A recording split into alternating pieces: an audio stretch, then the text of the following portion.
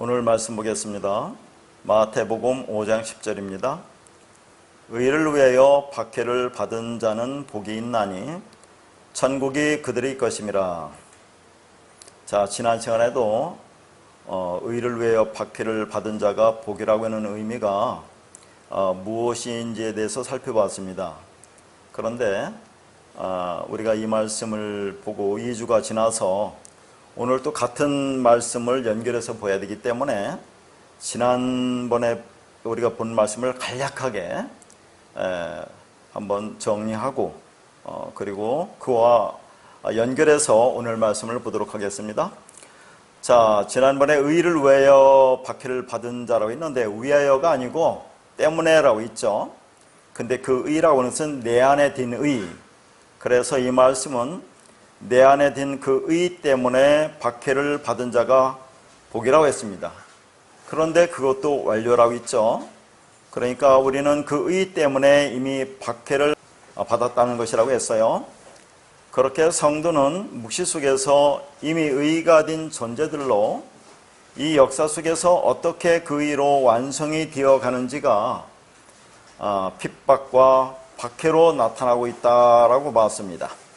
그래서 박해를 받은 자라고 번역이 된 단어가 디오코라는 단어인데, 자, 지난 시간에는 이 디오코라는 단어의 뜻 중에서 몰아가다, 쫓아가다, 추적하다, 추격하다 이 뜻으로 보아서, 자, 이 뜻을 뭐냐면 하나님이 우리를 좀 몰아가는 거죠. 그러니까 내 안에 그 의 때문에 그 의이신 하나님이 추격, 하나님이 몰고 가심으로 인하여 성도의 삶에 나타나게 되는 내적인 핍박이라고 했습니다. 다시 말해서 선이고 진리신 하나님의 열심인 하나님의 이끄심으로 성도를 하나님이 거하는 집, 하나님이 성전으로 지어가시는 그 길에 나타나는 핍박과 박해라고 했습니다. 그러니까 성도는 반드시 그 의 때문에 박해를 받고 하나님의 나라에 들어가는 과정 속에서 환난을 당하게 되는 것입니다. 다시 말해서 성도가 하나님 나라에 들어가려면 하나님 나라가 되기 위해서는 반드시 겪어야 되는 환난과 핍박은 본질적으로, 자, 여기에서 말하는 그 핍박과 박해라는 그 디오코라는 단어에 그가 가지고 있는 본질적인 의미는 복음을 전하는 전도자가 겪는 수고나 고난이나 어려움이 아니라고 있죠. 그리고 또 예수 믿는 것 때문에 당하는 물리적인 고난과 박해가 아니라고 했습니다. 자, 예수가 십자가에 죽고 부활하여 영으로 우리 안에 들어온 하나님의 의가 내 안의 그 의를 이루기 위해서 성도의 율법적 선악 구조를 깨트리고 진리로 세워가는 그 과정 속에서 겪게 되는 것을 핍박이라고 했습니다. 따라서 성도의 역사 속 삶 속에서의 핍박은 있어도 되고 없어도 되는 그런 종류의 것이 아니라 반드시 있어야 할 필연적이며 필수적인 것이라고 했죠. 그래서 사도 바울이 내가 날마다 죽노라고 말한 것입니다. 그러니까 말씀의 완성으로서의 죽음인 그 다나토스의 죽음은 우리가 하나님의 영인 성령에 의해서 진리를 깨닫고 진리가 되면 완성이 되는 거지만 우리는 이 땅에서 여전히 육을 입고 그 육의 욕망을 위해서 살아갈 수밖에 없는 존재이기 때문에 실제로 우리 육체가 죽는 날까지 날마다 나의 육신의 생각, 율법적 선악고지가 죽는, 깨어지는 그 죽음을 겸허하게 된다는 것입니다. 그러니까 우리 안에 들어온 진리에 의해서 우리가 장악당하여 끌려갈 때 우리 안에 있는 속사람과 겉사람이 치열한 싸움 속에서 나의 실존적 존재가 어떠한지를 보게 되는 것이 바울이 복음을 전하며 당했던 핍박과 같은 고난의 아픔이라고 했죠. 자, 이것을 상징적으로 보여주는 거라고 했습니다. 그리고 또 실제로 우리가 진리에 의해서 장악당하는 삶은 결국은 진리를 전하지 않을 수 없잖아요. 그래서 그 복음을 전하는 과정 속에서 또 우리에게 다가오는 외적인 박해를 당할 수밖에 없는데 이런 내적인 박해와 외적인 그 박해를 우리가 이중적인 핍박이라고 지난 시간에 우리가 살펴봤습니다. 자, 그러면 오늘은 자, 이것과 연관해서 이제 한번 볼 텐데요. 자, 이 핍박을 하다, 핍박받다라는 디오코에 담겨있는 의미를 자, 오늘은 좀 더 이렇게 깊이 살펴볼 텐데요. 자, 지난 시간에는 지금 방금 말씀드렸듯이 추격하다, 추적하다, 몰아가다, 쫓아가다라는 뜻으로 이 디오코의 의미에 대해서 주옥지가 지금 다시 한번 정리해 드렸는데요. 그러니까 우리가 하나님이 우리를 진리 완성으로 이끌어가는 그 과정 속에서 드러난 나의 실존적 존재가 어떠한지를 보게 되는 것이 자, 아픔과 고통으로 다가오는 내 안에서의 핍박으로 느끼는 것을 우리가 알았습니다. 자, 이것이 내 안에서 겪게 되는 마음의 상태라고 했죠. 그런데 그런 마음의 상태로서 느끼는 또 다른 아픔과 고통과 핍박이 있다는 거예요. 그러니까 지난 시간에는 하나님이 우리를 완성으로 이끌어가는 과정 속에서 자, 우리가 겪게 되는 그 내적인 아픔과 고통이 있는데 그것 말고 또 다른 차원에서 자, 우리가 겪게 되는 마음의 상태가 있다고 했어요. 우리가 느끼게 되는 또 다른 고통과 압박이 있다고 했습니다. 자, 그게 내 주변에서 나를 둘러싸고 있는 비진리라는 그런 말입니다. 자, 이게 무슨 말인지를 살펴보고요. 그리고 오늘은 이 디오코라는 단어가 가지고 있는 자, 깊은 뜻이 있습니다. 이 뜻에 대해서 살펴보기로 하겠습니다. 자, 그러니까 내 안의 의 때문에 박해를 받았다는 말은 내 마음의 상태를 기준으로 해서 이게 핍박이구나를 알았다는 거죠. 그러니까 내 안에 의가 딘 자가 박해를 받은 것이라는 의미는 내가 진리를 깨달았더니 내 주변에서 나를 둘러싸고 있는 것이 다 비진리더라 그런 말이에요. 그리고 비진리가 나를 핍박한다는 그런 말입니다. 자, 이게 무슨 말일까요? 다시 말해서 그 비진리가 나를 핍박한다는 말은 나를 둘러싸고 있는 주위를 어디를 둘러봐도 거의 모두가 율법적 행위를 하면서 그게 올바른 신앙생활이라고 생각하며 하나님이 성경이 무엇을 말하고 있는지 궁금해하거나 생각조차 하지도 않는 그 상황이 나에게 너무너무 답답하고 안타까운 마음을 갖게 된다는 거죠. 그것이 나에게 핍박으로 다가온다는 그런 말입니다. 자, 그래서 그런 말씀을 한번 보겠습니다. 고린도후서 4장 6절에서 9절입니다. 어두운 데에 빛이 비치라 말씀하셨던 그 하나님께서 예수 그리스도의 얼굴에 있는 하나님의 영광을 아는 빛을 우리 마음에 비추셨느니라. 우리가 이 보배를 질그릇에 가졌으니 이는 심히 큰 능력은 하나님께 있고 우리에게 있지 아니함을 알게 하려 함이라. 우리가 사방으로 우겨쌈을 당하여도 쌓이지 아니하며 답답한 일을 당하여도 낙심하지 아니하며 박해를 받아도 버림받지 아니하며 거꾸로 트림을 당하여도 망하지 아니하고. 자, 오늘 본 말씀은 8절과 9절을 중심으로 볼 텐데 자, 이 말씀을 보기 위해서는 6절과 7절을 같이 보아야 되기 때문에 전에 이 말씀을 우리가 보았죠. 6절과 7절 말씀 보았는데 간단하게 한번 다시 한번 정리해 보면 자, 어두운 데에 빛이 비치라 하는 말씀이 어디에 나오죠? 창세기 1장 3절에 나오죠. 자, 하나님이 빛이 있으라 하는 그 말씀. 자, 그때 빛이 뭐라고 했습니까? 오루라고 했죠. 히브리어 오루. 그게 누구를 가리킨다고 했죠? 예수 그리스도를 가리킨다고 했어요. 그러니까 창세기 첫째 날의 빛이 예수 그리스도의 얼굴인데 얼굴은 뭘 가리키는 거죠? 말씀을 가리키는 겁니다. 그게 하나님을 아는 영광의 빛이라는 거죠. 그런데 그 빛을 우리 마음에 비추어 주었다고 합니다. 그러면 우리가 그 빛을 받기 전에는 어떤 상태였습니까? 어둠의 상태, 흑암, 호셰크라는 그런 말이죠. 그런데 그 어둠의 상태에 빛을 비추어서 내가 어둠이라는 것을 깨달으면 그게 어둠이 물러가는 거죠. 내가 뭐가 되는 겁니까? 빛이 되는 거라고 했어요. 자, 그렇게 그리스도의 빛을 우리 마음에 받으면 나의 마음에 있던 어둠이 물러가는데 그걸 우리가 지금까지 쭉 말했던 그게 자기 부인이요 자기 죽음이라고 했습니다. 그게 십자가의 죽음입니다. 그러니까 그 흑암의 상태인 우리 마음에 그리스도의 빛을 비추면 내가 어둠인 것을 깨닫고 그 빛이 무엇인지를 알게 된다고 하는 겁니다. 알게 됩니다. 그러면 그게 예수와 함께 죽고 그리스도와 함께 살아나는 것으로 그걸 뭐라고 했습니까? 다나토스의 죽음이라고 했어요. 그러면 그게 부활이라고 했습니다. 지난번에 다 본 말씀이기 때문에 간단하게 넘어갈게요. 자, 그러면 7절에 보배가 나오는데 이 보배가 뭡니까? 6절의 빛이죠. 예수 그리스도가 이게 보배입니다. 그런데 이 보배를 질그릇에 가졌다고 그래요. 자, 보배를 질그릇이 누굽니까? 어둠인 우리예요. 어둠인 우리의 이 상태에 자, 보배, 빛, 그리스도가 담기면 그러면 우리가 뭐가 되는 거죠? 자, 우리가 그리스도가 되는 것이고 빛이 되는 것이고 보배가 되는 겁니다. 그러니까 그 빛이 내 마음에 비춰질 때 그 빛이 무엇인지를 알면 나도 그 빛을 담은 그릇이 되는 거죠. 나는 질그릇에 불과한데 보배를 담고 있으니 우리가 어떤 존재입니까? 우리가 존귀한 그릇이다 하는 거죠. 자, 그러니까 7절은 그 빛을, 그 그리스도를 보배로 알고 나는 깨어져도 전혀 아깝지 않은 질그릇이라는 것을 깨달은 자들의 이야기입니다.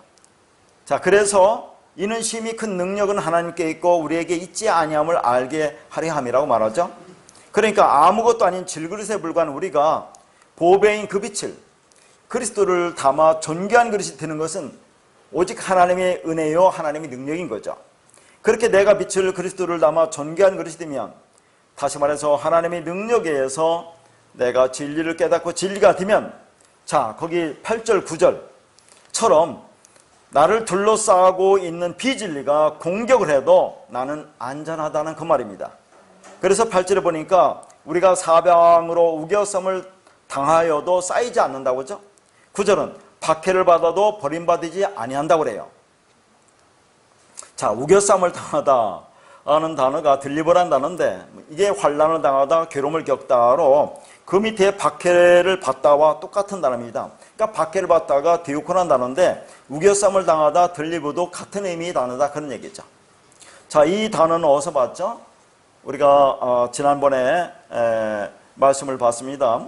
환난이라는 단어, 환난이라는 단어, 우리가 하나님 나라에 들어가면 반드시 환난을 겪어야 한다고 할 때 그 환난이라는 단어가 뭐라고 하세요? 들립시스라는 단어로 봤습니다.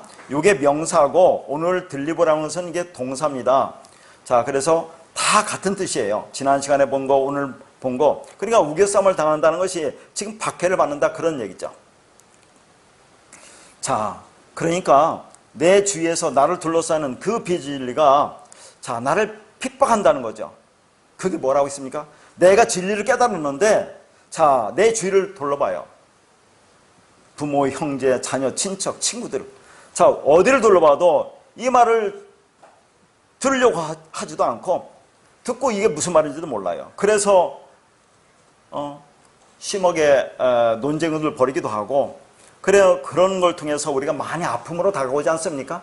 그런 걸 말하는 겁니다. 내가 진리를 깨닫고 진리가 되면 내 주위를 어디로 둘러봐도 전부 다 비진리다 그런 얘기죠. 거의 다 비진리.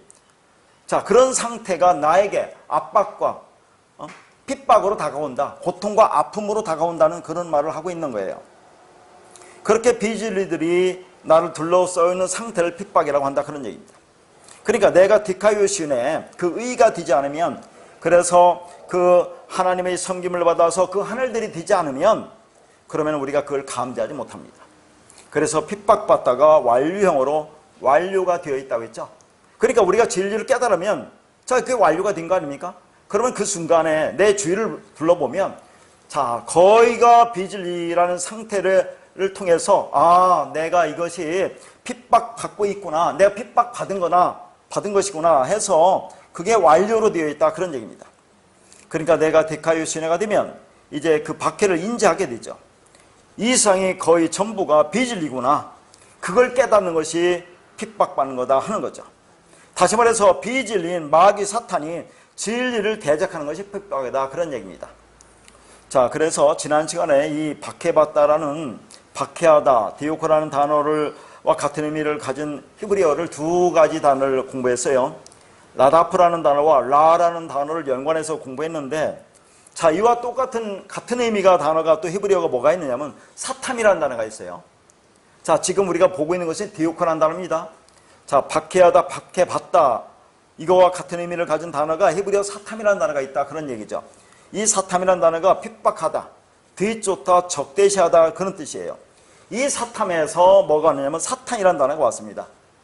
그래서 사탄이라는 동사가 대적하다, 핍박하다라는 그런 의미가 있는 거죠. 자, 그래서 마태복음 16장 21절에서 23절을 보겠습니다. 이때로부터 예수 그리스도께서 자기가 예루살렘에 올라가 장로들과 대제사장들과 서기관들에게 많은 고난을 받고 죽임을 당하고 제3일에 살아나야 할 것을 제자들에게 비로소 나타내시니 베드로가 예수를 붙들고 항변하여 이르되 주여 그리 마옵소서 이 일이 결코 주께 미치지 아니하리이다. 예수께서 돌이키시며 베드로에게 이르시되 사탄아 내 뒤로 물러가라. 너는 나를 넘어지게 하는 자로다. 네가 하나님 일을 생각하지 아니하고 도리어 사람 일을 생각하는도다 하시고, 지금 그 앞에 요 본문의 앞에서 자 베드로가 뭐라고 신앙 고백합니까? 주는 그리스도시요 살아계신 하나님의 아들이라고 멋지게 신앙 고백을 하죠. 그리고 나서 주님과 베드로의 대화입니다. 자, 그러니까 지금 베드로가 예수님 보고 뭐라고 했어요? 그리스도라고 했어요. 그리스도. 그러면 그리스도라고 했으면 어떻게 되는 겁니까? 예수가 죽어야 그리스도로 오는 거 아닙니까? 그래서 21절에 자, 내가 죽고 제3일에 살아난다고 지금 얘기를 하는 거죠. 3으로, 완성으로, 그리스도로, 진리로 살아나야 된다고 말을 했는데 베드로는 예수를 붙들고 항변하여 이르되 주여 그리 마옵소서 이 일이 결코 주께 미치지 아니하리다. 그러니까 베드로는 자, 주님이 죽어서는 안 된다고 지금 말하고 있는 거거든요. 자, 그러면 베드로가 주는 그리스도라고 신앙 고백한 것이 알고 한 겁니까? 모르고 한 겁니까? 무슨 말인지 잘 모르고 한 얘기다 그런 얘기죠. 자, 베드로가 주가 그리스도라고 했으면 21절에서 주님이 내가 죽고 살아나야 한다 하는 것을 알았을 텐데 그걸 모르니까 22절처럼 말하고 있다 그런 얘기입니다. 그래서 주님이 뭐라 합니까? 이걸 알게 한 것은 혈육이 아니요 하늘에 계신 네 아버지라고 그러잖아요. 하늘에 계신 아버지 말씀 진리 성령이 순식간에 우리에게 이 말씀을 깨우쳐 줄 수 있습니다. 근데 그것을 지식으로만 알으면 안 돼요. 이게 내 마음으로 내려와서 마음이 돼야 되는데 자, 이 베드로는 순간적으로 성령께서 깨우쳐 줄 수 있겠지만 자, 그것을 마음으로 깨닫지 못한 거예요. 왜냐면 왜 그렇습니까? 아직 예수가 죽고 그리스도로 오지 않았기 때문에 그렇습니다. 그래서 지금 계속해서 이런 말을 하고 있는 것은 주님께서 복음을 설명하기 위해서 그렇게 얘기를 하는 겁니다. 그러면 주님께서 내가 죽어야 한다는 것을 몇 번 말했습니까? 3번 말했어요. 주님이 십자가 달리기 전까지 내가 죽어야 한다는 걸 3번 말씀하셨어요. 그럼 베드로는 자, 주님을 부인한 것을 몇 번 부인했습니까? 3번 부인했습니다. 그러니까 3이라는 것은 완전한 부인을 말하는 거죠. 예수님께서 내가 죽어야 한다는 것은 완전한 죽음을 얘기하는 것이고 베드로가 3번 부인했다는 것은 그렇게 율법을 육체인 예수를 완전히 부인해야 된다는 그런 의미가 담겨 있는 거죠. 계속해서 이걸 복음을 좀 설명하고 있는 겁니다. 자, 그런데 당연히 예수가 죽고 그리스도로 오지 않았기 때문에 베드로는 이것을 알 수가 없는 거죠. 자, 머리로만 알고 그 마음으로는 아직 몰랐다는 그런 의미도 되는 겁니다. 우리가 또 그렇잖아요. 이 말씀을 들으면 안다고 그래요. 자, 자기가 이 말씀을 깨닫고 이게 뭔지 안다고 그러는데 대화를 나눠보면 그렇지 않은 사람도 있고 어느 순간에 다시 율법주의계로 돌아가는 사람들이 많이 있다는 그런 말입니다. 그럼 그들은 모르는 거예요, 이거. 그러니까 22절처럼 말한 것이 예수를 뭐예요? 지금 베드로가 핍박하고 있다 그런 얘기입니다. 그러니까 핍박은 하나님이 하시고자 하는 것에 반하는 것을 핍박이라고 하는 거예요. 자, 이제 계속해서 말씀이 우리가 깊이 들어가는 거죠. 그러니까 핍박이라고 하는 것을 의미를 잘 알으셔야 되는 거다 하는 거죠. 자, 여기서 베드로가 지금 예수님이 하시는 것에 지금 거기에다가 항변하고 있어요. 이 항변하다는 단어가 뭡니까? 에피티마우라는 단어인데 이 꾸짖다 비난하다 그 말이에요. 그러니까 베드로는 자기가 자기 유익을 위해서 주님이 죽으면 안 된다고 주님을 붙들고 지금 항변하고 있는 거죠. 그러니까 주님은 자기가 죽는 것은 하나님의 뜻이기 때문에 죽는다고 했고 베드로는 자기 유익을 위해서 죽으면 안 된다고 한 것이죠. 그러니까 내가 하나님의 뜻을 모르면 나는 당연히 사탄이 되는 거다 하는 겁니다. 사탄은 진리를 대적하는 것으로 그게 하나님을 진리를 핍박하는 자가 된다 하는 거예요. 그러니까 우리가 진리를 깨달았죠. 그러면 비진리자들이 우리를 둘러싸고 있는 자체가 우리가 그런 핍박과 압박과 고통으로 다가오고 느끼고 있다는 그런 말을 여기에 담고 있는 거예요. 베드로가 주님을 사랑한다고 하면서 죽으면 안 된다고 한 것은 진리를 모르고 하는 것으로 그게 주님을 핍박하는 사탄이라는 그런 얘기입니다. 자, 그러면 여기에서 지난번에도 말씀드렸지만 자, 예수님께서 베드로에게 내 뒤로 물러가라 그러죠. 사탄아 내 뒤로 물러가라는 것이 뭘 가리킨다고 했습니까? 아니 지금 주님께서 베드로가 저렇게 하나님의 뜻에 반하는 말을 하니까 이 사탄 같은 놈아 저로 좀 물러가라 그런 말을 하는 겁니까? 이게 뭐라고 했습니까? 제가 성경은 하나님의 백성을 어떻게 하면 구원할 것인가에 초점이 있는 거지 그들을 일단은 이렇게 뭐 남원하고 권면하고 그럴 수도 있지만 여기서는 그런 의미가 아니다 그런 얘기죠. 자, 지금 베드로가 주님을 그리스도라고 했어요. 그러면 내가 그리스도로 오라면 내가 죽어야 한다 했습니다. 근데 베드로는 그걸 알지 못하고 있어요. 그러니까 내 뒤로 물러가야죠. 내 뒤가 누굽니까? 예수님 뒤가 누구예요? 그리스도예요. 그리스도로 가라 그런 얘기입니다. 그게 네가 사는 길이라는 그런 말을 담고 있는 거예요. 이게. 자, 사도행전 9장 4절에서 5절입니다. 땅에 엎드러져 들음에 소리가 있어 이르시되 사울아 사울아 네가 어찌하여 나를 박해하느냐 하시거늘 대답하되 주여 누이시오니까 이르시되 나는 네가 박해하는 예수라. 다메섹 도상에서 주님이 바울에게 네가 어찌하여 나를 박해하느냐고 말씀합니다. 그러면 이 말은 바울이 하나님 말씀을 거부했기 때문에 주님이 네가 나를 박해한다고 하신 말씀입니까? 바울은 지금 진리가 뭔지 모르고 진리를 전하는 주님의 제자들을 핍박하고 있죠. 자, 진리를 전하는 주님의 제자들을 잡아서 공에 들어가서 그들을 좀 죽이겠다고 잡으러 다니는 거죠. 그걸 뭐라고 하는 겁니까? 왜 네가 나를 핍박하느냐고 얘기한다니까요. 그러니까 진리를 대적하는 것이 그게 주님을 핍박하는 거다 하는 겁니다. 그러니까 언제 바울이 주님을 핍박했습니까? 핍박하지 않았죠. 그런데 주님의 제자들, 복음을 전하는 제자들을 지금 핍박하고 있다 그런 얘기죠. 그게 누구를 핍박한 거나 같다고요? 주님을 핍박한 거, 하나님을 핍박한 거나 같다는 그런 말입니다. 자, 그런 것을 사탄이라고 한다 그런 얘기죠. 그러니까 오늘날 교회라고 하는 곳에서 진리가 뭔지 모르고 하나님을 사랑한다고 하면서 율법을 행하는 것이 그것이 주님을 살인하는 것이고 주님을 핍박하는 것으로 그게 사탄입니다. 그런데 오늘날 교회에서 뭐라고 합니까? 예수의 이름으로 사탄아 물러가라고 하죠. 자, 이름은 뭐라고 했습니까? 예수 이름. 이름은 말씀이고 진리라고 했어요. 그러니까 말씀, 진리를 가르치고 깨닫게 해서 하나님 뜻을 진리로 알 수 있도록 만들어 주는 것이 사탄이 물러가는 거예요. 그런데 사탄아 물러가라고 한다고 해서 그게 물러갑니까? 그러니까 오늘날 교회에서 귀신, 마귀, 사탄을 내쫓는다고 하는 축기는 무당이 굿하는 것과 같다는 그런 얘기입니다. 그러니까 내가 진리라서 진리가 되면 비진리자들에서 내가 핍박을 받는 그런 상태가 된다는 거죠. 다시 말해서 핍박이라는 것은 진리를 핍박하는 거니까 내가 진리가 되면 나는 핍박을 받은 자가 되는 거다 하는 거죠.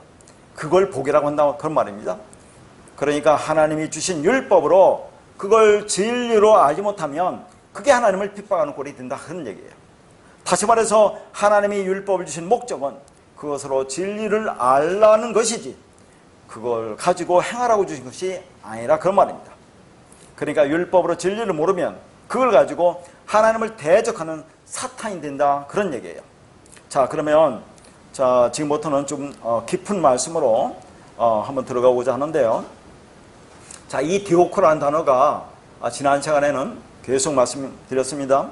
뭐 추격하다, 추적하다, 몰아가다 그런 뜻으로서 말씀을 살펴왔고, 자, 그것이 하나님이 우리를 완성으로 몰고 가기 때문에 그렇게 몰고 가는 내가 느낄 때는 그걸 핍박과 아픔과 고통과 고난으로 다가온다고 했습니다. 또 그리고 내 주위에서 내가 진리를 가졌는데 온통 내 주위가 비진리예요. 자, 그런 사람 속에서 내가 있다 보니까 그것이 나에게 압박과 핍박으로 다가온다 했습니다.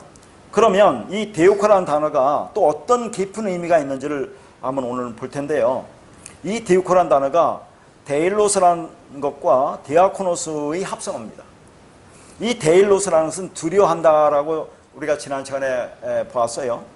자, 우리가 평안을 너에게 주노라 하면서 두려워하지 말라고 할 때 그러니까 데일리아오라는 단어가 이 데일로스에서 왔다고 했습니다. 두려워한다. 자, 무엇 때문에 두려워한다고 했습니까? 믿음이 없다 그런 얘기예요. 그래서 데일로스라는 단어가 믿음이 없다는 그런 말입니다. 믿음이 없다. 말씀이 없으니까, 진리가 없으니까 그들이 두려워한다고 그랬어요. 이 데일로스, 믿음이 없다는 단어와 디아코노스의 합성어입니다. 근데 성경에서 디아코노스는 집사라고 이렇게 우리가 알고 있는 단어거든요. 그러면 자 보세요. 디오코가 요 단어가 갖고 있는 합성어가 갖고 있는 의미를 그대로 번역하면 믿음 없는 집사란 말이거든요. 디오코가 믿음 없는 집사란 말입니다. 그럼 믿음 없는 집사, 이게 나를 핍박한다 그 말이에요. 자, 이게 무슨 말일까? 그런 얘기죠. 성경에서 그러면 집사는 뭘 가리키는 겁니까? 성경에서 디아코노스 집사는 어떤 의미가 있느냐? 그런 얘기죠. 이걸 알아야 될 거 아닙니까? 그러니까 믿음 없는 집사가 이게 나를 핍박한다는 그런 말이거든요. 그러면 집사가 어떤 의미냐 하는 거죠. 자, 그래서 거기 5구절을 쭉 제가 올려놨는데요. 자, 한번 보겠습니다. 디아코노스 집사가 어떤 의미를 갖고 있는가? 그러니까 우리가 오늘날 그러지 않습니까? 집사를 어떻게 생각하세요? 뭐 교회에서 서리 집사가 있고 또 안수 집사가 있어서 교회에 봉사는 그런 자들로 세운다고 그렇게 하는데 그런 말이 아니에요. 자, 보겠습니다. 디모데전서 3장 8절입니다. 이와 같이 집사들도 정중하고 일구이언을 하지 아니하고 술에 임박이지 아니하고 더러운 일을 탐하지 아니하고. 이 집사라는 단어가 디아코노스입니다. 자, 이게 이제 디아코노스라는 단어를 이제 여기서 집사로 이렇게 이제 번역했거든요. 일구이언하지 않는다는 게 뭡니까? 한 입으로 두 말을 하지 않는 거니까. 자, 우리가 한 입으로 율법도 말하고 진리도 말하면 되겠어요? 안 되겠어요? 안 되죠. 그러니까 집사는 오직 진리만 말하는 자다 하는 얘기고, 술에 임박이지 않는다. 술은 뭡니까? 혼합된 거죠. 비진리죠. 율법이죠. 거기에 임박이지 않고. 더러운 건 뭡니까? 더러운 말, 더러운 것, 비진리, 자, 귀신의 말, 자, 이런 걸 탐하지 않는다. 그러니까 여기서 집사, 디아코노스는 어떤 의미입니까? 진리를 가진 자를 일단 말하죠. 자, 두 번째 보겠습니다. 고린도전서 3장 5절입니다. 그런즉 아볼로는 무엇이며 바울은 무엇이냐? 그들은 주께서 각각 주신 대로 너희로 하여금 믿게 한 사역자들이니라. 이 사역자라는 단어가 디아코노스예요. 그러면 누가 사역자라는 얘기입니까? 아볼로와 바울이 자, 말씀으로 우리를 믿게 하는 사역자들이라고 그러거든요. 이게 디아코노스입니다. 그러니까 바울이 누구란 얘기예요? 여기서 집사란 얘기, 집사. 사역자들이라 말한단 말이죠. 그리고 사역자들은 게 뭡니까? 말씀을 전해줘서 말씀을 가르치는 자들 아니겠어요? 그래서 믿음을 갖게 하는 자들이라고 지금 말하고 있습니다. 자, 골로새서 1장 23절. 이 복음은 천하 만민에게 전파된 바요. 나 바울은 이 복음의 일꾼이 되었노라. 이 일꾼이 디아코노스예요. 그러니까 바울이 일꾼, 무슨 일꾼? 복음의 일꾼. 진리를 전해주는 자. 자, 그러니까 바울이 자신을 사역자라고도 하고 일꾼이라고 한단 말이죠. 디아코노스라고 해요. 사도 바울이. 그러니까 이 집사라는 단어는 우리가 생각하는 그런 개념이 아니다 하는 얘기죠. 또 다른 거. 왜냐하면 오늘 보여야 될 말씀과 연관해서 보여야 되기 때문에 고린도후서 3장 9절은 정죄의 직분도 영광이 있은즉 의의 직분은 영광이 더욱 넘치리라고 그랬어요. 이 직분이라는 단어가 여기서는 디아코니아입니다. 디아코니아. 자, 이 디아코니아라는 단어는 직분이라고 여기는 번역했지만 이게 섬기다라는 거예요. 그러니까 지금 집사가 뭡니까? 집사가 섬기는 자라는 얘기예요. 말씀으로 섬기는 자. 그러니까 디아코니아는 디아코노소에서 왔어요. 집사라는 데서 왔어요. 그러니까 같은 의미다. 또 하나는 여기는 지금 없지만은 자, 거기 일삼다라는 단어가 이제 뒤에 사도행전에 나올 거거든요. 이게 디아코네오라는 단어예요. 이건 동사인데 이것도 수중들 다 섬기다라는 그런 얘기입니다. 하나 더 안 봤는데 히브리서 1장 14절 볼게요. 모든 천사들은 섬기는 영으로서 구원받을 상속자를 위하여 섬기라고 보내심이 아니냐. 여기다 섬기다가 이게 디아코니아입니다. 자, 그러니까 천사가 뭡니까? 날개를 날린 뭐 그런 타고 생각하는 사람을 우리가 천사라고 합니까? 진리를 가지고 진리를 전한 자를 천사라고 그래요. 그 천사를 섬기는 영이라고 합니다. 뭘로 섬깁니까? 말씀으로 섬기죠. 이게 여기서는 디아코니아라고 한다 그 말이죠. 자, 그럼 한번 정리 한번 해보세요. 성경에서 집사라고 하는 것은 일반적으로 오늘날 교회에서 생각하는 그런 봉사를 위해서 이렇게 세운 그런 것을 집사라고 하지 않는다 그런 얘기예요. 성경에서. 성경에 그게 무슨 의미가 있습니까? 그런 거고. 집사라는 단어를 여기 다양하게 보니까 진리를 가지고 진리를 전하는 자, 섬기는 자를 집사라고 한다 그런 얘기죠. 그래서 의직분, 여기 의라는 것은 뭡니까? 디카요시네, 오늘 내 안에 든 의. 자, 그 말씀을 전해줘서 우리를 그 의로운 자로 만들어 주는 직분이 집사라 그런 얘기입니다. 그러니까 디아코니아나 디아코네오라는 이 단어들은 디아코노스에서 왔기 때문에 다 같은 말이에요. 다 섬기는 자, 뭘로 섬기는 자? 말씀으로 진리로 섬기는 자라는 그런 말을 갖고 있는 겁니다. 자, 이걸 먼저 확인해야 오늘 말씀을 우리가 이해할 수 있어요. 그러니까 집사는 오늘날 교회라고 하는 곳에서 물리적으로 헌신하고 봉사하는 직분을 말하는 것이 아니라 진리 말씀으로 섬기는 자들이라 큰 말입니다. 그런데 자, 이 디오코라는 단어가, 이 핍박하다라는 단어가 믿음 없는 집사라고 했죠. 믿음 없는 집사. 그 믿음 없는 집사가 뭐예요? 지금 섬기는 자라고 했죠. 말씀으로 섬기는 자인데 믿음 없이 섬긴다 하는 얘기죠. 믿음 없이 섬긴다는 얘기는 뭡니까? 진리 말씀이 아닌 율법으로 섬긴다 그런 얘기예요. 그러니까 자, 진리가 아닌 율법으로 섬기면 그게 우리를 핍박하고 있다는 그런 의미를 갖고 있는 겁니다. 그러니까 그런 말씀을 듣고 있으면 그게 핍박을 내가 받고 있는 건데, 그런데 자기가 핍박받고 있다는 것을 모르는 것이 문제다 하는 얘기입니다. 그러니까 그렇게 진리가 아닌 율법으로 섬김을, 가르침을 받고 그게 진리라고 생각하고 신앙생활을 잘하는 것이라고 믿고 있잖아요. 자, 그러나 그 마음 안에 진리가 없습니다. 그러니까 진리가 없으니까 핍박받고 있는 것도 몰라요. 그러니까 자기가 신앙생활 잘하고 있다고 하는데, 자, 그게 핍박받고 있는 겁니다. 그런데 나중에 보면 그런 자들이 두려워해요. 왜요? 믿음이 없기 때문에, 진리가 없기 때문에 나중에 그런 자들이 두려워한다 그런 얘기입니다. 그러면 뭐라고 있어요? 요한일서에서 그런 자들에게 형벌이 따른다고 하지 않았습니까? 그렇게 집사라는 직책이 교회에서 봉사하는 것을 말하는 것이 아니라 진정한 진리 양식을 먹어야 하는 자들에게 그 양식을 퍼줄 수 있는, 흘려줄 수 있는, 먹도록 넘겨줄 수 있는 전하는 자들이 집사, 디아코노스다 하는 겁니다. 자, 그러면 우리가 잘 알고 있는 사도행전 6장 말씀, 상당히 말씀이 난해하고 깊습니다. 여기 이제 우리가 일반적으로 뭐라고 알고 있어요? 7 집사로 알고 있는 이 본문이거든요. 자, 이게 무슨 말인지 우리가 한번 보겠습니다.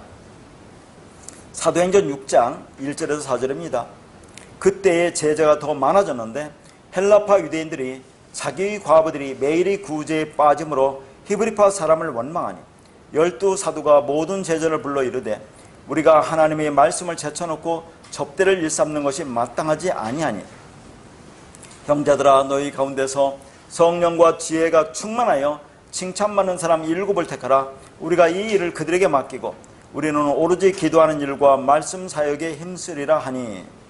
자, 제가 이렇게 말씀을 읽어드렸는데 그 문자적인 의미는 어떻습니까? 여기 7 집사란 말이 나옵니까? 안 나옵니까? 7 집사란 말이 안 나오네요. 그냥 7이라고 나오네요. 근데 이걸 7 집사라고 한단 말이죠.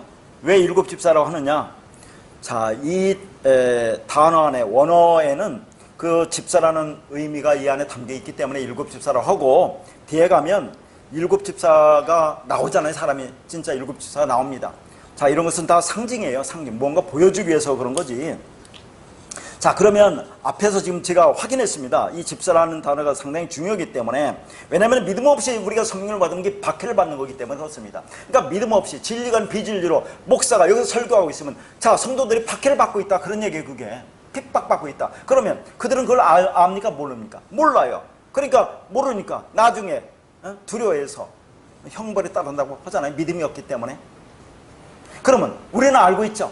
여러분, 비진리 교회 가서 말씀 들을 수 있어요? 율법주의 교회에서 말씀 들을 수 있습니까? 말씀 들으면 어떻습니까? 속이 너무나 답답하고 너무나 안타깝죠. 그럼 여러분이 핍박받고 있는 거죠. 그러면 그들이 천국이다 그런 얘기예요.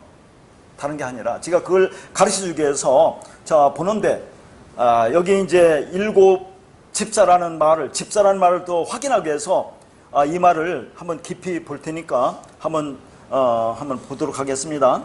자, 여기서 집사라는 그 의미를 우리가 가질 수 있는 것은 1절에 보면 과부들이 매일이 구제에 빠졌다고 하죠. 자, 그러면 이걸 문자들로 보면 어떻습니까? 아유, 과부들이 불쌍한 과부들한테 매일이 구제면 뭐예요? 이게 도와주는 거 아닙니까? 우리가 생각할 때 구제한다 그러잖아요. 과부들, 불쌍한 과부들에게 구제해서 그들을 좀 도와줘야 되는데 구제에 빠졌다라고 이제 보는데, 이 구제가 그런 단어가 아니에요. 디아코니아라는 단어입니다. 아까 봤죠? 디아코니아가 뭐로 왔습니까? 이게 섬기다는 얘기예요. 섬기는 거. 디아코노스에서 왔기 때문에 말씀으로 섬긴다, 그런 의미를 갖고 있어요. 자, 그 다음에 2절에 보니까 거기 사도들이 뭐라고 하냐면 우리가 하나님 말씀을 제쳐놓고 접대를 일삼는 것이 마땅하지 않다고 할 때 일삼다라는 단어이지. 일삼다. 이 일삼다라는 단어가 디아코네오라는 단어입니다. 이게 동사예요. 이게 섬기다는 얘기예요. 전부 다 뭐에서 왔습니까? 디아코노스에서 왔습니다. 그리고 4절에 자, 기도하는 일과 말씀 사역 있죠. 사역. 이 사역도 뭡니까? 디아코니아라는 단어예요. 그러니까 자, 여기에서 일곱이라는 말만 나오고 집사라는 말은 없지만 여기에 담긴, 단어 안에 담긴 의미를 보면 그래서 일곱이 일곱 집사라고 우리가 불러도 된다 하는 얘기예요. 이게 일곱 집사. 왜냐하면 뒤에도 7명의 집사가 쭉 이름이 나오죠. 자, 그런데 그들이 뭘 가리키느냐 하는 것이 상당히 중요합니다. 자, 왜 하필이면 일곱 집사일까요? 6명의 집사도 있을 수 있고 10명의 집사도 있을 수 있고 8명의 집사도 있을 수 있는데 왜 일곱 집사냐 하는 얘기입니다. 일곱은 알잖아요. 우리가 일곱은 언약을 표현하는 상징이죠. 그러니까 일곱 집사는 일곱 언약을 의미하는 것으로 그 언약이 일곱 집사에서 완성되는 것을 말합니다. 그러면 그게 안식이고 평안이다라는 얘기죠. 그러니까 여기서 왜 일곱 집사냐 하는 얘기입니다. 집사는 뭐예요? 말씀으로 섬기는 자. 근데 그게 일곱이에요. 일곱은 언약을 상징하죠. 그러니까 일곱 집사라는 것은 말씀을 전해줘서 언약을 완성하는 자들이다. 그런 얘기를 하는 겁니다. 우리에게 자, 말씀을 전해줘서 우리가 진리를 깨달아서 진리가 되면 일곱 언약으로 우리가 완성되는 거 아닙니까? 그런 일을 하는 자들이 일곱 집사다. 그런 얘기죠. 그러면 자, 다른 말을 하기 전에 그럼 일곱 집사는 누구를 모형한다고 볼 수 있어요, 여러분? 예수 그리스도죠. 예수님께서 그리스도로 이 땅에 오셔서 우리에게 진리를 전해주지 않았습니까? 그래서 우리를 일곱 언약으로 완성하잖아요. 그러니까 그게 일곱 집사라는 그 말입니다. 그러면 예수 그리스도가 먼저 일곱 집사가 되겠네요. 그러면 사도는 뭐예요? 그러니까 예수 그리스도에서 사도에게 먼저 복음이 전해지죠. 그럼 그 사도들에 의해서 또 복음이 전해지는 것이 지금 여기서 일곱 집사라는 그런 의미로 담고 있는데 결국은 그리스도라든가 사도라든가 일곱 집사는 같은 의미를 갖고 있어요. 왜냐하면 왜 그렇습니까? 사도 바울이 뭐라고 했어요? 자기가 내가 사역자라고 했죠. 일꾼이라고 했죠. 그게 뭐라고 했어요? 디아코노스. 집사라고 하지 않았습니까? 사도 바울이 자신을 집사라고 한다니까요. 디아코노스라고. 말씀으로 섬기는 자라고. 그러니까 일곱 집사나 사도는 여기서 같은 거지 사도는 이런 일하고 일곱 집사는 이런 일하고 구분하는 얘기가 아니에요. 성경을 그렇게 이원론적으로 보면 안 된다는 얘기입니다. 아니 지금 사도들은 오로지 말씀과 기도만 하고 그 일곱 집사는 지금 과부들이 매일 주는 물품이 지금 빠졌대요. 그러니까 얼마나 교회가 지금 문제가 되겠습니까? 그러니까 안 되겠다. 우리 사도들은 기도하고 말씀만 전하고 자 7명의 집사를 세워서 너희들이 그걸 담당해? 그걸 성경이 뭐라고 그런 걸 적어놓겠어요? 그렇죠. 그러니까 본문의 문자적인 의미는 자 이 말이 어디서부터 나옵니까? 사도행전 4장에서 나와요. 사도행전 4장에 보면 자 밭을 가진 자, 그 다음에 집을 가진 자들이 밭과 집이 있는 자들이 그걸 팔아서 교회에다 갖다 놓습니다. 그래서 그걸 공동소유로 해요. 그리고 필요에 따라서 나눠준다는 얘기가 나옵니다. 그리고 나서 이제 6장에 이 말이 나오거든요. 그러니까 이제 그렇게 연결하면 그 공동소유, 교회 공동체가 개인의 소유를 다 팔아서 공동소유로 하고 균등하게 나눠 쓴다는 내용인데 문제는 헬라파 유대인들이 과부들에게 날마다 주는 배고픔이 빠졌다. 이거 아닙니까 여기서. 그래서 사도들이 이 문제를 해결하기 위해서 뭐라고 해요? 성령과 지혜가 충만한 7명의 제자를 뽑아서 그 일을 맡겨서 모든 과부들을 차별하지 않고 균등하게 물품을 나눠주는 일을 하도록 맡기고 사도들은 오직 기도하는 일과 말씀에만 전념한다는 그런 이야기잖아요. 이런 얘기를 뭐로 써놓을까요? 성경에. 자, 이걸 뭐라고 보는 거예요? 문자대로 보는 거죠. 보이는 대로 본다 그런 얘기입니다. 껍데기로, 겉의 것으로 본다 그런 얘기죠. 그렇게 보면 사람의 교훈으로 보는 거죠. 성경은 사람의 교훈이 아닙니다. 윤리도덕적인 책이 아니라 그런 얘기죠. 사람의 교훈을 써서 뭐겠느냐 하는 거죠. 자, 이것도 여기도 보면 일곱 집사와 사도가 나오고 히브리파가 나오고 헬라파가 나오는데 이걸 두 개로 보면 안 된다 그런 얘기죠. 이걸 하나로 보아라. 자, 우리는 모든 걸 두 개로 보는데 그걸 그렇게 보면 안 된다는 거죠. 그러니까 모든 말씀을 영어로 진리로 깨달아서 성경에 뭐랍니까? 너희 마음에 간직하라고 그러죠. 그렇게 하는데 이걸 두 이원으로 봐서 자, 우리가 율법적 선악구에서 이걸 판단하면 안 된다 그런 얘기죠. 이건 자, 옳고 그름으로 두 개로 나누어서 자, 그렇게 하지 말라는 거죠. 그러니까 우리가 이 세상을 보면 어떻습니까? 눈에 보이는 대로 나타나는 대로 들리는 대로 보면 답답하지 않습니까 지금? 그러나 그 안에 담아놓으신 하나님의 뜻을 보면 진리만 남습니다. 보이는 이 세상에서 하나님의 사랑을, 진리를, 평안을 발견하면 이 세상은 나에게는 없어요. 남는 것은 뭡니까? 진리, 사랑, 평안만 남는다 하는 거죠. 그러면 우리가 하나님의 아들이 되는 거죠. 그걸 그리스도라고 하는 겁니다. 그러니까 진리가 실체고 겉으로 드러나는 것은 허상이라는 겁니다. 육신의 눈으로 자각하는 세상은 항상 둘로 보게 돼 있어요. 둘로 나누고 분류합니다. 그게 율법적 선악구조죠. 그러니까 인간은 율법적 본성을 가지고 있기 때문에 모든 것을 보이는 그대로 율법으로 보고 둘로 나누고 분리하지만 하나님은 진리로 하나입니다. 그러니까 제가 여기서 왜 이런 말을 하냐면 뒤에 보면 헬라파 유대인이 나오고 히브리파가 나와요.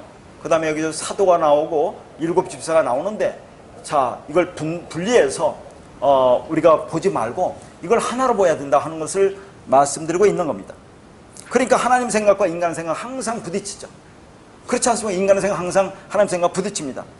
그래서 지난 시간에 뭐라 했습니까? 육신의 생각은 진리돌에 부딪혀서 박살이 나서 여름 타작마당에 겨가 되어 바람에 밀려 온데간데 없어져야 한다고 지난 시간에도 같이 연관해서 본 말씀입니다. 자, 그러면 1절부터 지금부터 볼 텐데요. 다시 한번 1절을 표면적으로 보면 교회의 공동소유물 해서 날마다 쓸 것을 균등하게 배당을 받아야 하는데, 그런데 헬라파 유대인들 중에서 과부들이 할당량이 누락이 된 게 문제다, 그런 얘기입니다.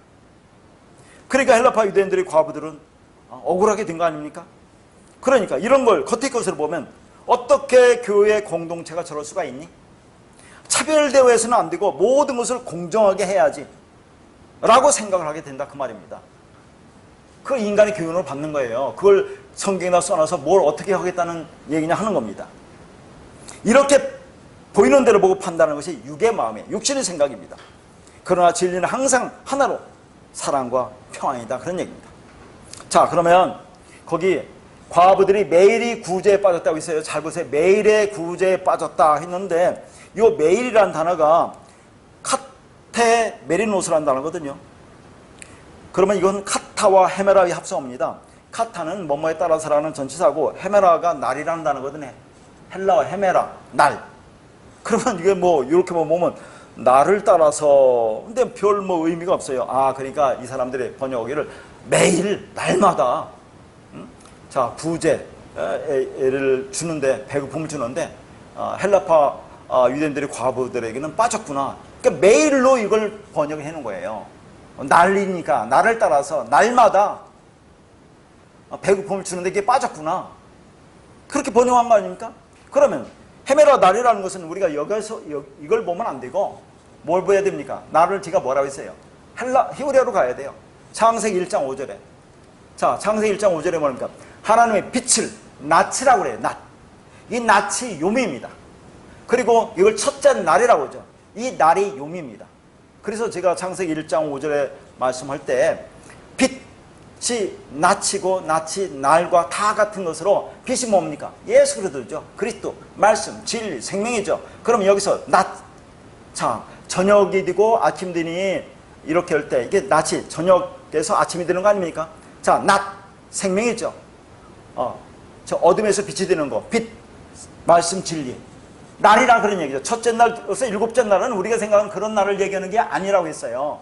그게. 그러니까 여기서 날이라고는 이 헤메라는 단어는 히브리어 용어로 뭡니까? 빛이고 낫이고 날이니까 이것은 진리고 생명이다, 그런 얘기입니다. 그러니까 자, 매일이라는 단어는 뭡니까? 진리를 따라서 그런 얘기예요. 진리를 따라서. 말씀을 따라서. 그 다음에 구제가 아까 뭐라고 했죠? 디아코니아라고 했습니다. 디아코노스, 집사 섬기는 자서 왔어요. 그러니까 매일이 구제에 빠졌다는 얘기는 뭡니까? 그러면 매일이 구제에 빠졌다고 하는 것은 뭐예요? 매일은 뭡니까? 진리를 따라서 말씀으로 섬김을, 가르침을 받는 일에 빠졌다, 그 말이에요. 아니, 우리가 교회에서 공동소유로 하는데 왜 헬라파 과부들에게만 그걸 빠졌니? 그걸 물건 빠졌다는 얘기가 하는 게 아니라 원어에 보면 날마다 진리를 따라서, 자, 그 구제라는 것이 말씀으로 섬기고 가르치는 걸 말하죠. 진리를 따라서 말씀으로 섬기고 가르침을 받는 일에 빠졌어요. 이 과부들이. 잘 생각해 보세요. 왜 하필이면 과부입니까? 그것도 생각해야죠. 아니 그 많은 사람 중에서 왜 과부만 빠졌느냐 하는 얘기입니다. 성경이 그렇게 간단한 게 아니죠. 자, 메일이 구제에 빠진 것이 헬라파 유대인들이 과부라고 있어요. 그럼 과부는 뭘 상징합니까? 자, 과부, 율법의 남편과 이혼하고 그리스도의 남편을 만난 자였죠. 그러니까 과부는 율법의 남편을 섬기면서 이스라엘과 짝하면서 그 보이는 것이 전부인 줄 알고 살다가 하나님의 은혜로 진리를 깨닫고 율법이란 세상과 이혼하고 과부가 된 거죠. 그러면 자, 그렇게 과부가 된 자는 누구를 만났습니까? 새로운 남편인 그리스도를 만난 거죠. 자, 그러면 한번 생각해 봅시다.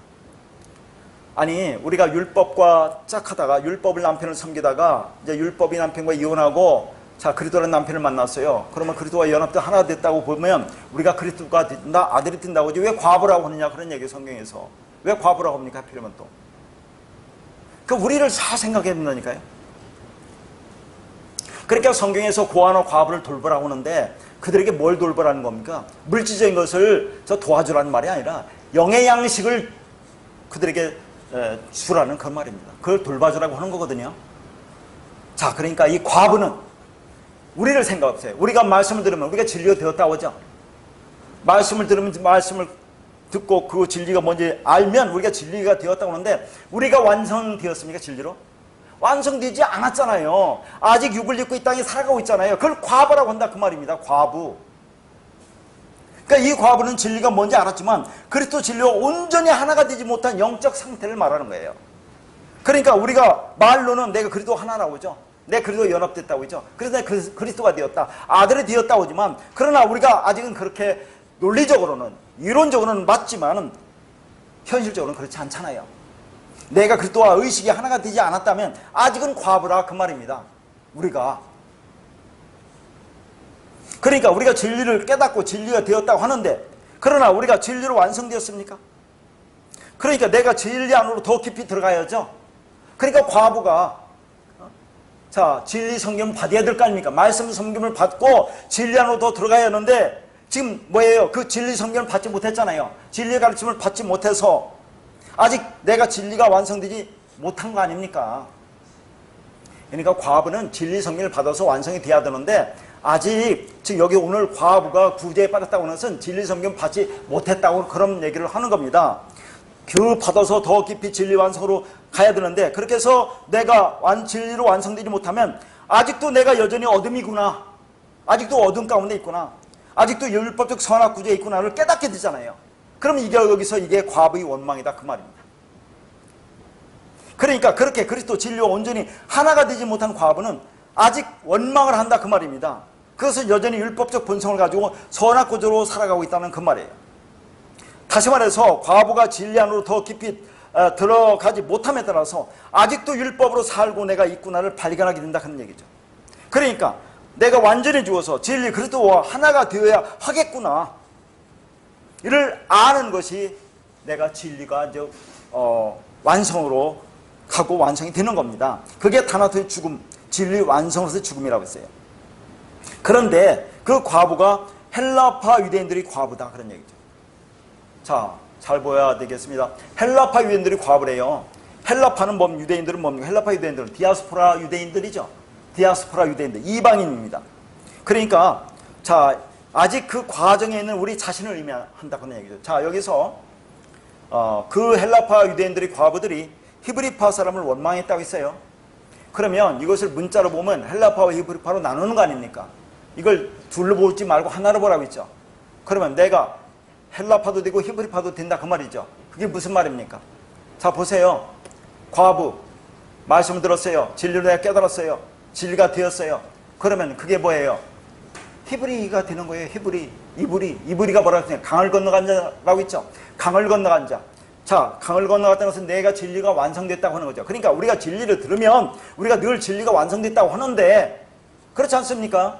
그러면 우리가 강을 건넌 자죠. 가나안 땅, 약속 땅을 건넌 자죠. 그러니까 우리가 히브리인이 되는데 근데 그 가나안 땅, 약속 땅 들어가면 거기에 뭐가 있습니까?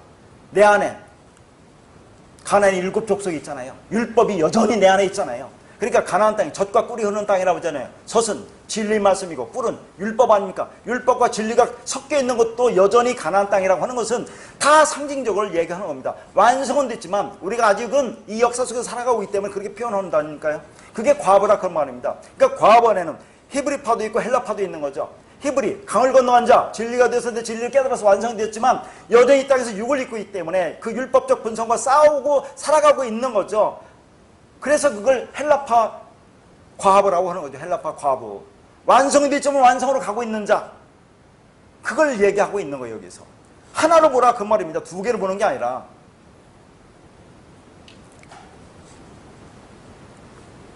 그러니까 자, 그런 과부가 원망했다는 것은 뭐예요? 그러니까 진리 선교를 받아서 진리로 완성돼서 내가 완성이 돼야 되는데 이 땅에서 여전히 보니까 그렇지 못한 자신을 보면서 진리를 히브리파를 원망하게 되는 내 안에 있는 그 진리를 내가 진리가 완성되었는데 그렇지 못한 것을 보고 원망했다 그런 얘기를 하는 겁니다. 이 말씀이.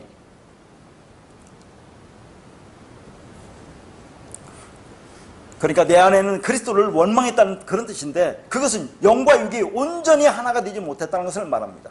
그래서 원망이 나오죠.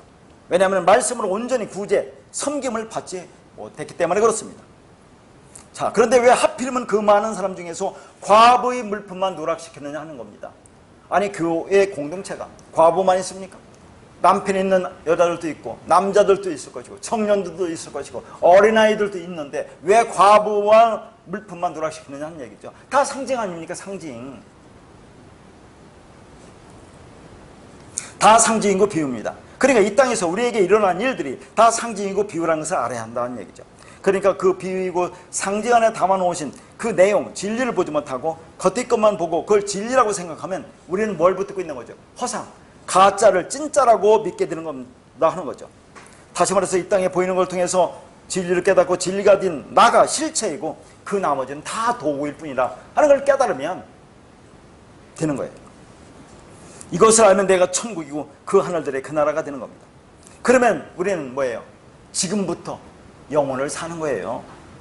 이 세상은 영생의 나라를 알려주기 위해서 나타난 그림자일 뿐이고 그걸 통해서 실체 진리를 알면 내가 천국이고 영생이고 그리스도라 그 말이에요. 자, 2절에 4절 다시 한 번 더 확인합니다.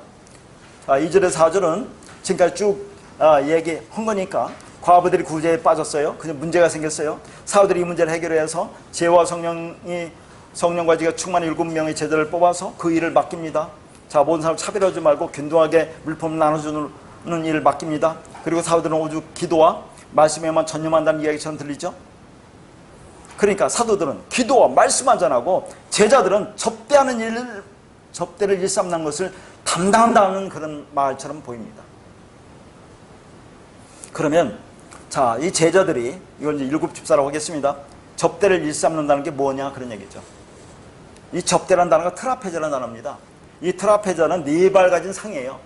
이 4발 가진 상을 접대라고 좀 했고 예전 성경은 공개라는 단어를 써서 공개. 트라페자, 4발 가진 상. 자, 그 다음에 일삼다가 아까 뭐라고 했습니까? 디아코네오라고 있죠? 디아코노스에서 왔다고 했습니다. 그러니까 수중주다 섬기다 그런 얘기죠. 그러니까 4발 가진 상은 어디에 있다고 봐요? 여러분 4발 가진 상 성경에서 성소에 있어요. 성소에 뭡니까? 떡상, 진설벽상 그게 12개의 떡이 놓여있는 4발 가진 상이에요.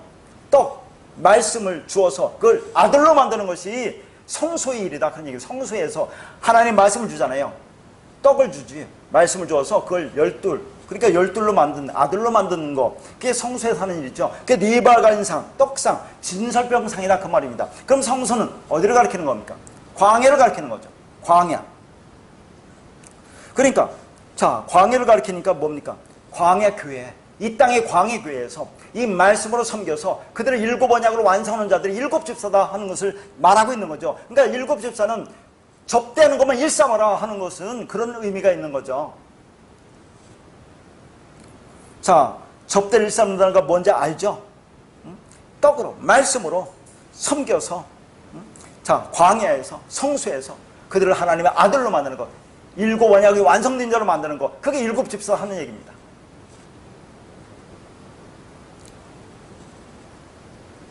그러니까 성수에서 광야에서 말씀으로 섬기는 자가 제자 일곱 집사라 그 말이죠. 그러니까 제자가 접대를 일삼는다는 것은 오늘날 이 땅의 광야 교회에서 말씀으로 가르치는 사역을 말합니다. 그 제자들 중에서 일곱을 택하라고 했는데 지금까지 쭉 보았지만 그걸 일곱 집사라는 의미가 담겨있다고 했어요. 그러니까 일곱 집사는 어떤 의미입니까? 자, 영적 과부의 진리 결핍을 일곱 언약으로 채워줄 수 있기 때문에 일곱 제자가 되는 거죠. 자, 이 과부가 뭐라고 했어요? 완성됐지만 완성으로 가는 자라고 했죠. 과부. 율법은 떠났습니다. 그리스도를 만났지만 아직 완성이 안 됐기 때문에 이걸 과부라고 한다고 했어요. 그들은 아직 진리가 더 진리 깊은 진리 속으로 들어가야 됩니다. 그러니까 세례를 뭐라고 합니까? 세례라는 것은 육체의 더러운 것을 제하는 것이 아니요 하나님을 향한 선한 양심이 가는 거라고 했죠. 진리가 된 자로서 진리로 하나님을 향한, 하나님이라는 것도 좀 여기서 또 말하면 어렵지만 우리가 거기서는 호데우스가 아니에요. 그냥 깊어지는데, 자, 그렇게 진리가 된 자들은 그러면 그걸로 끝나는 게 아니라 선한 양심, 선한 양심 뭐라 합니까? 성령에 끊임없이 간구해서 그 진리로 더 깊이 들어가라는 그런 말을 하고 있는 거죠. 그러니까 우리가 이 땅에서 진리를 깨닫다고 해서 다 끝난 게 아니다 하는 것을 말하고 있는 겁니다. 그걸 이 땅의 우리 현실적인 의미는 과부라고 좀 표현하고 있는 거예요. 자, 그러니까 영적인 남편인 그리스도와 온전히 하나가 되기 위해서는 일곱 언약으로 채워줘야 한다, 그런 얘기죠. 그러니까 일곱 집사는 일곱 언약을 완성하기 위해 가르치는 교사다 하는 거죠. 그러면 일곱 집사는 어떤 자유합니까? 그 조건이 나오죠. 성령과 지혜가 충만한 하여 사람에게 칭찬받는 사람을 일곱 집사의 조건이라고 합니다. 그럼 성령과 지혜가 충만하다는 것은 뭡니까? 성령이 충만하다는 게 뭐예요? 진리가 되어서 진리만 의지하는 자, 진리를 가지고 있는 자를 말하는 거예요. 그럼 지혜는 뭡니까? 성령의 지혜는 누구를 가르쳐요? 예수 그리스도를 가르치잖아요. 그리스도를 가르치죠. 그러니까 성령과 지혜는 같은 말을 하는 겁니다. 그러니까 육신의 지혜, 세상의 지혜를 의지하지 않고 오직 그리스도라는 지혜, 진리만을 의지하는 자가 일곱 집사다 하는 얘기예요. 자, 그러면 거기 또 칭찬받는데요. 사람에게 칭찬받는다는 이 칭찬받다가 뭡니까? 그러니까 이런 단어를 이렇게 엉뚱하게 다르게 번역해 놓으니까 우리가 잘못 알 수밖에 없어요. 이 칭찬받다는 단어가 마르티레오라는 단어예요. 이거 본 말씀이죠.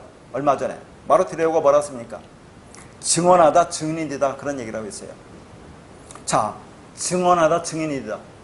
그러면 일곱 집사가 증인이 된다, 그런 얘기잖아요. 그럼 어떻게 증인이 됩니까? 성령과 지혜가 있다는 것은 진리가 된 거니까 그게 증인이 되는 거라니까요. 우리가 봤잖아요. 마르티레오, 증언하다, 증인이다. 그러니까 성경에서 두 증인을 세우라고 하는데, 내가 진리를 알고 진리가 되면 그러면 내가 아버지가 되고 아들도 된다고 다 말씀드린 겁니다. 하나님이 참성적 진리가 있죠? 그러면 진리를 가지고 나를 아들로 만드니까 내가 아버지가 되고 아들도 되니까 그럼 두 증인이 필요하니까 내가 진리가 됐으면 다른 증인을 필요가 없어요. 그러니까 일곱 집사가 진리가 가졌고 진리가 되었죠. 성령과 지혜가 충만하니까. 그러면 이게 증인이 된다는 것을 칭찬받는다고 그렇게 표현한 거예요. 자, 그러면 또 하나 우리가 생각할 것은 참 너무 깊이 들어가서 그런데 디아코노스라는 단어가 또 어떻게 되어 있냐면 디아와 코니스의 합성어입니다. 디아라는 것은 뭐뭐로 말미암아와 코니스는 먼지라는 뜻이거든요. 그러니까 자, 바울이 자신을 집사라고 하는 것은 무슨 의미가 있겠어요? 바울이 자신을 디아코노스라고 했죠? 일꾼이라고 사역자라고 한 것은 자, 뭘 말하고자 하는 겁니까? 자기는 먼지다, 그런 얘기예요. 모든 복음을 전하는 행위 주체는 주님이시고 자신은 한낱 먼지에 불과하다는 점을 강조하고 있는 겁니다. 그러면 집사는 어떤 역할을 하는 자입니까? 복음을 가르쳐서 그 사람의 생각을 먼저로 만들어주는 자가 집사라는 의미가 담겨있는 거죠. 그러니까 우리 육신 생각을 먼저로 만들고 오직 영, 진리만이 있어야 하는 것이죠. 그러니까 일곱 집사가 섬긴다는 것은 말씀으로 섬겨서 언약을 완성하는 것이 육신의 생각을 먼저로 만들어버리고 진리만을 남기는 거다 하는 거죠. 그러면 그게 안식이죠. 구원이고 생명이고 평강인 것입니다. 이게 광야 교회에서의 섬김이라는 그런 얘기죠. 이게 영적인 직분입니다. 자, 그러면 4절에서 사도들은 오직 기도와 말씀에만 힘쓰라고 해요. 그럼 사도들은 기도와 말씀에만 힘쓰라고 했으니까 교회의 목회자들은, 목사들은 오직 기도하고 말씀에만 전해야 되는 것이지 그 밖에 다른 것을 하면 안 된다. 그런 일들은 집사를 세워서 그들에게 맡겨야 된다고 생각하는 말씀 아닙니까, 이게?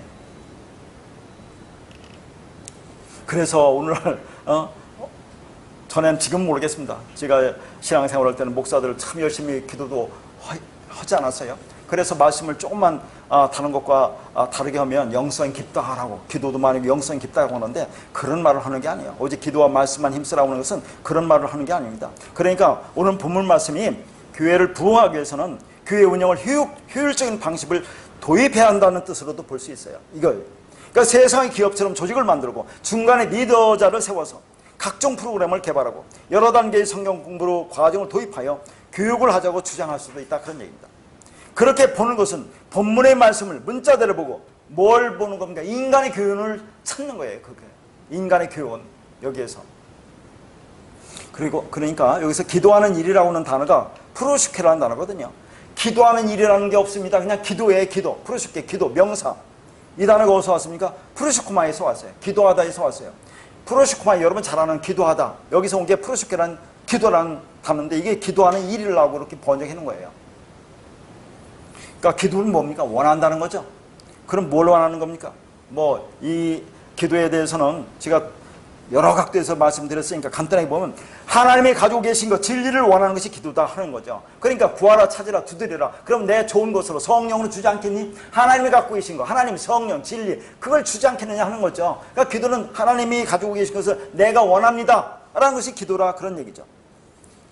그런데 성경은 쉬지 말고 기도하라고 하는데 어떻게 쉬지 말고 기도합니까? 그건 어떻게 좀 율법주의에서 가르치는지 모르겠어요. 쉬지 말고 기도하라고 하는데. 그래서 주님이 이렇게 말합니다. 내 집은 만민이 기도하는 집이라고 하죠. 자, 내 집은, 성전은 만민이 기도하는 집이래요. 그럼 여러분이 진리를 깨닫고 진리가 되면 여러분이 성전이 되는 거 아닙니까? 그럼 여러분 안이 기도하는 집이 되는 거예요. 그러니까 무시로 수시로 자, 하나님이 진리를 간구하는데 구하는 겁니다. 그게 기도라는 얘기예요. 그렇게 간구해서 구해서 진리를 깨달으면 그 진리를 전해주는 게 말씀 사역이라는 얘기죠. 그러니까 기도와 말씀은 같은 겁니다. 다른 게 아니라 연관되는 거죠. 다른 게 아니라. 그러면 일곱 집사는 그러면 기도 않고 그러면 지금 아까 계속 말씀으로 가르치지 않습니까? 일곱 집사도 그러면 오늘날 성령 충만하고 뭐 그렇게 하려면 기도하지 않겠어요? 다 같은 말을 하고 있는 겁니다. 그러니까 일곱 집사나 사도는 여기서 같은 말을 하고 있는 거죠. 자, 그 말씀을 진리로 깨달아서 진리를 전해주는 자, 그게 사도라고 하는데 그 일곱 집사도 마찬가지잖아요. 다 같은 말이죠. 근데 사도 바울을 뭐라고 했어요? 집사라고 한다니까 집사, 디아코노스라고 한다, 그 말입니다. 그러니까 기도는 진리를 구하는 것이고 말씀도 진리입니다. 따라서 기도와 말씀은 하나로, 기도가 진리라면 말씀도 진리다, 그런 얘기죠. 자, 사역이라는 단어가 아까도 말했죠. 디아코니아로서 디아코노스에서 왔다. 자, 말씀으로 섬기는 것을 말한다고 했어요. 다 같은 말입니다. 그래서 집사라는 의미가 여기 담겨 있는 거죠. 그러니까 말씀 사역, 사도는 말씀 사역이라고 하는데 말씀을 섬기라, 그런 얘기죠. 그게 집사 아닙니까? 그리고 자, 오직 기도하는 일과 말씀 사역에 힘쓰라고 그렇게 되어 있어요. 근데 전에 성경은 뭐라고 되느냐면 전무하리라라고 있어요. 오직 다른 거 하지 말고 고개 전무하라. 그러니까 얼마나 강조가 되는 단어입니까? 근데 그런 뜻이 아니에요. 자, 여기 힘쓰라, 전무하리라라는 단어는 프로스카르테레오라는 단어인데 계속해서 섬긴다는 그 말입니다. 계속해서 섬긴다. 그러니까 사도들이 기도와 말씀에만 힘쓴다는 것은 지금까지 했던 것처럼 말씀으로 섬기는 가르치는 일을 계속하고 그와 더불어서 일곱 집사도 역할을 분담해서 똑같은 일을 한다는 거죠. 그러니까 사도나 일곱 집사는 같은 거예요. 이걸 둘로 나누는 게 아니라 같이 공동으로 이 일을 한다는 그런 말을 담고 있는 거지. 자, 사도 따로 일곱 집사 따로 뭘 이렇게 분리해서 한다는 그런 말을 하는 게 아닙니다. 그러니까 사도들의 지금 기도와 말씀의 사역에만 힘쓰다는 것은 지금까지 했던 것처럼 말씀으로 가르치는 섬기는 일을 계속한다는 것이죠. 그러니까 이 말씀이 일곱 집사와 사도를 구분해서 역할 분담하는 것이 아니라 사도가 하고 있는 일을 말씀으로 섬기는 그 일을 일곱 집사도 함께 한다. 그러니까 사도와 일곱 집사는 같은 의미예요. 가르치는 거죠. 말씀으로 가르치는 거죠. 일곱 언약을 완성하는 자들은 아닙니까? 그래서 사도 바울도 자신을 집사, 디아코노스라고 했다, 그런 얘기죠. 자, 정리하겠습니다. 자, 집사라는 직분은 교회에서 봉사한다는 의미가 아니라 진리를 깨달은 자가 진리로 섬기는 것을 말합니다. 근데 진리가 뭔지 모르고 오늘날 교회에서 헌신하고 봉사한다고 하면서 그것을 하나님 일이라고 생각하고 있어요. 참 안타까운 거죠. 자, 그러니까 집사나 장로도 똑같은 말을 하고 있습니다. 집사, 장로 같은 의미예요. 이것이 오늘날 직분을 말하는 것이 아니라 말씀으로 섬긴다는 것을 말하고 있는 거죠. 그러니까 사도 바울이 자, 가는 곳마다 가정교회를 세우고 거기에 누구를 세웁니까? 장로들을 세우잖아요. 장로, 말씀으로 가르치는 자, 집사, 7집사, 말씀으로 가르치는 자. 자, 단어만 다르지 같은 말을 하고 있는 거죠. 자, 그런데 오늘 제가 지금까지 쭉 본 것은 왜 집사를 받습니까? 디오코라는 단어, 핍박하고 박해한다는 것은 자, 이 디오코가 믿음 없는 집사라고 했죠. 믿음 없는 섬김. 자, 진리가 아닌 율법으로 섬기는 거, 율법으로 가르치는 거. 자, 그것을 우리가 핍박한다라고 얘기하는 거예요. 그러니까 목사가 진리를 모르고 율법을 진리라고 설교하면서 열심히 행하라고 하는 것이 그게 핍박하고 있는 거다 하는 거예요. 그런데 율법을 진리로 믿고 있는 한 그게 핍박인지 절대 모르잖아요. 그러니까 오늘날 많은 교회 많은 사람들이 그게 핍박을 받고 있다는 사실을 모르고 있다는 것이 문제다 하는 겁니다. 그런데 우리는 알고 있잖아요. 그게 핍박받고 있다는 걸 알고 있잖아요. 한번 가서 들어보세요. 그 말씀 들을 수 있나? 그러면 그게 핍박받고 있다는 걸 아니까 이게 천국이다. 그런 얘기를 하고 있는 겁니다. 그러니까 이제는 그런 비진리 교회 가서 말씀을 듣겠다고 앉아있어서는 안 되는 거죠. 그리고 진리를 알았다면 그 말씀을 들으면 앉아있을 수가 없는 것입니다. 그러니까 그의 디카이 슈네가 된 상태가 되면 내가 율법으로 핍박받고 있다는 것을 알게 되는 것이고, 그러면 그게 복으로 그 하늘들의 그 섬김을 받는 거죠. 그걸 천국이라고 하는 겁니다. 그렇게 깨닫고 그렇게 되는 은혜가 있기를 바라겠습니다.